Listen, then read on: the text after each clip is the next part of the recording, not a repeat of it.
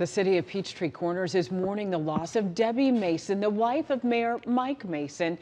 City officials tell us Debbie played a pivotal role in the creation of the city. She served as a member of the board of directors for United Peachtree Corners Civic Association and the campaign chair for the Peachtree Corners Yes campaign.